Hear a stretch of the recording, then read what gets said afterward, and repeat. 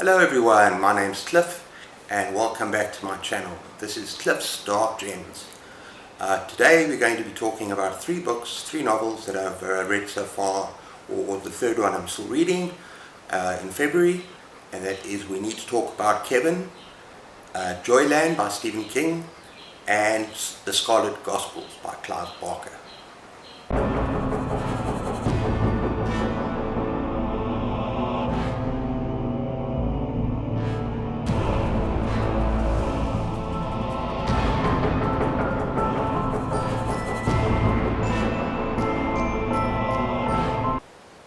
Okay, the first book we're going to talk about is We Need to Talk About Kevin by Lionel Shriver.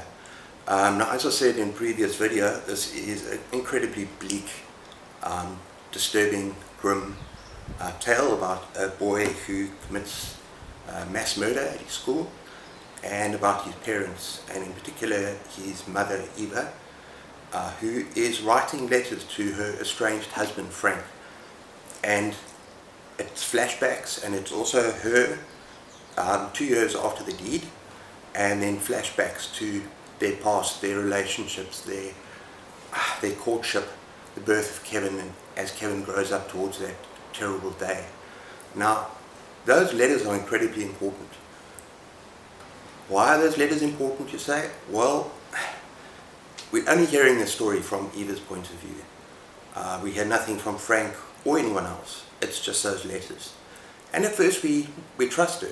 In fact, we admire her as a woman, as a strong, independent woman who's well-travelled. Frank, on the other hand, her husband, seems like a bit of a bore. He's dull. He's just like an American boy. And at the beginning I didn't really like him very much at all. They are two very, very almost polar opposites to each other.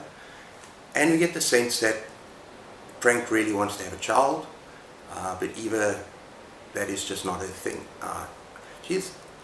In a way, she's quite unfeeling, quite uncaring. She seems quite a cold person at the same time. And the more you read the book, you have to make choices. Do you trust Eva? Do you trust that she is telling the truth? Do you trust that the things she is saying, you could read between the lines that everything, the things she is saying is the entire truth of the matter? And I think the extent to which you trust her, and in her story, and in her narration, leans you towards two things.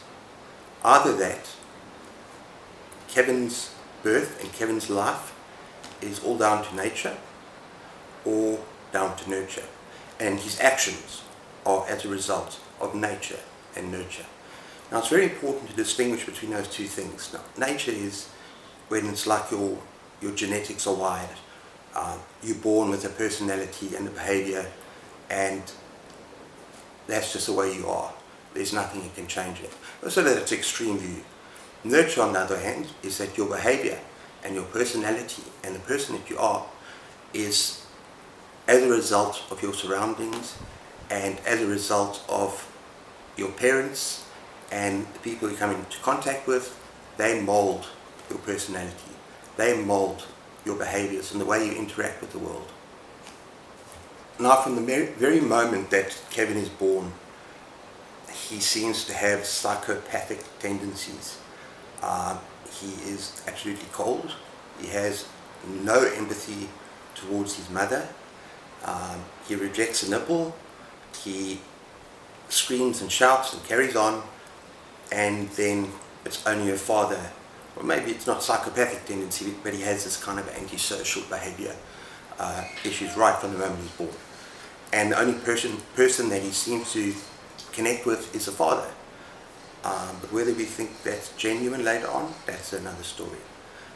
Now, the definition of a psychopath is a complete lack of empathy, but also the ability to deceive other people and have this little bit of a charm and a little bit of a strut. If you can deceive people, you can be violent towards people because you feel nothing, no remorse, no regret for your actions. However, it is important to also take note that the moment Kevin is born, Eva did not want to be a mother. In fact, before that, she admits she doesn't want to be a mother. And by looking at this child that's born, there is no feeling or emotion. She does not love this child. And perhaps that moment mirrors and makes us ask questions. Is Eva partly responsible for the things that happened? Because, I mean, at the moment of childhood, there is absolutely no bonding taking place between mother and child. And that's highly disturbing. Now, the book really takes off for me when Kevin starts growing up. And his violent tendencies and his, I will call it psychopathy, starts, you can actually see it rooted in him as a character. And you can see the fact that he is playing that father like a fiddle, and the father is not aware of it, and I actually feel like slapping him a few times. I don't want to give too much away, but the tension that is built in the second half of this novel changed it from a 2-3-star read for me to a 4-star. And I think actually the more I think about it, if I look back, and the way that I'm still thinking about this novel, it builds towards a devastating ending. Such a powerful, disturbing ending, where there are other reveals that you don't see coming, no spoilers, and it's well worth a read.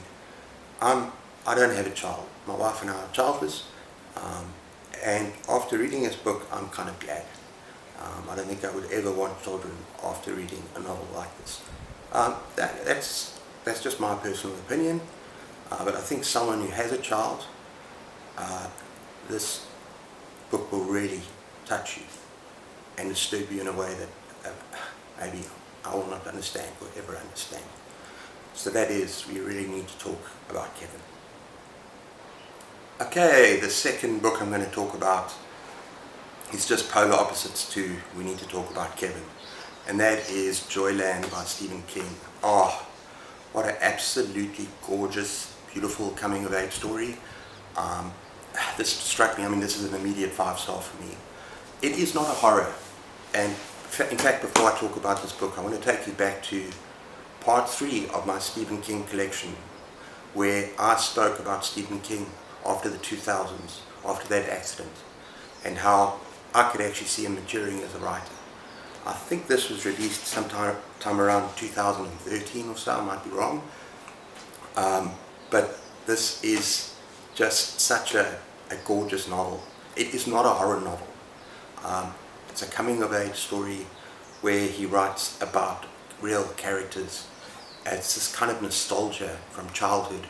These 20-somethings, and they're almost invincible, but they're innocent at the same time. And they experience their lives on the summer working at a carnival, Joyland.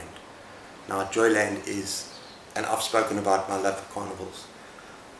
And as a kid, we used to go to these places with roller coasters and candy floss and all the light and the noise and the people and the excitement, especially as a young child.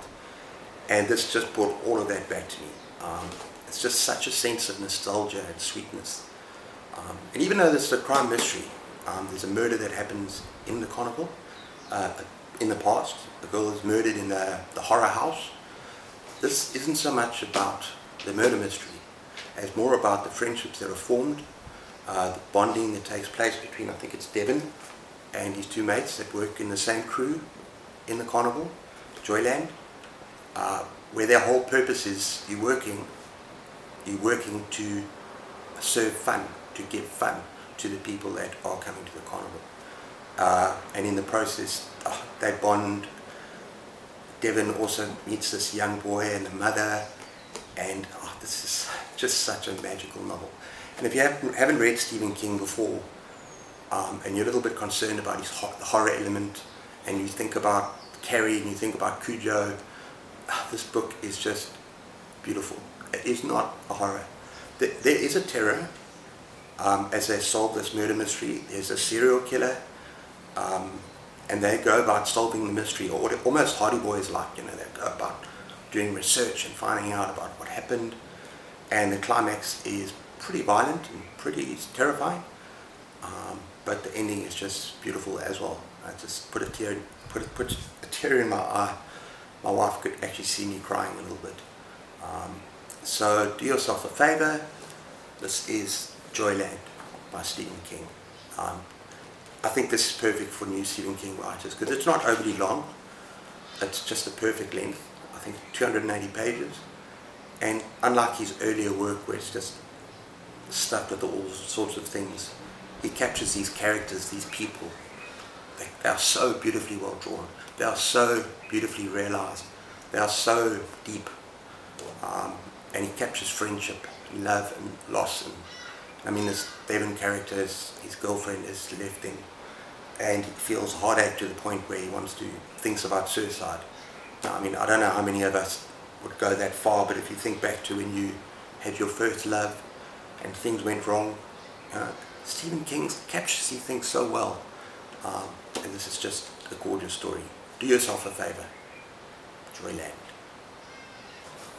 Okay, and the last book that I'm going to talk about, I'm not that far into it, but I'm enjoying it, and I think I'll probably finish it in the next day or two, and that is Clive Barker, The Scarlet Gospels. Now, I love Clive Barker. I absolutely adore his earlier work, and this is and this has been long anticipated by a lot of his fans. A lot of them were disappointed. Some people think it's great. From what I've read so far, it doesn't compare to his earlier work. I'm sorry, but it just doesn't.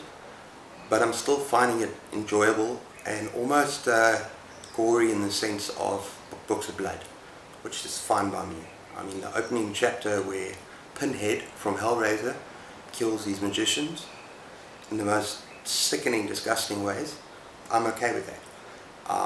I am interested to see where it goes now, because I think the gates of hell are about to be opened, but at the moment it just doesn't have that real magic of some of his earlier work, like Weird, The Great and Secret Show, which I'm going to be talking about quite soon. But it's still a good read at the moment. Right, that is Clive Barker, Scarlet Gospels. Well everyone, that's my pretty short video, just nice, short and sweet, about the 3 books that I've been reading so far in February. Please let me know what you think in the comments below. I still have a way to go with my TBR, but I must say that we need to talk about Kevin slowed down. It's a slow narrative. It slowed down the process quite a bit. Funny enough, it took a week to read that book, and I took 1 day to read Joyland. It just put me on a completely different wavelength. But I'm hoping to get through most of the books, or all of the books, but I'm not going to push myself. I'm not going to force myself as a reader and as a new booktuber to absolutely have to finish everything I put out there on my TBR. I think that's unhealthy, and in fact I'd like to cover that in more detail in a later video. I think we should be reading at our own pace. Even as booktubers, I don't think we should be putting pressure, because that makes reading almost soulless. It's, just to put pressure on yourself to finish a book in order to make a video. You want to treasure a book, you want to love a book. But that's a video for another time. Please like and subscribe and make a comment in the comments below. And thank you for watching. Keep those pages turning. Cheers.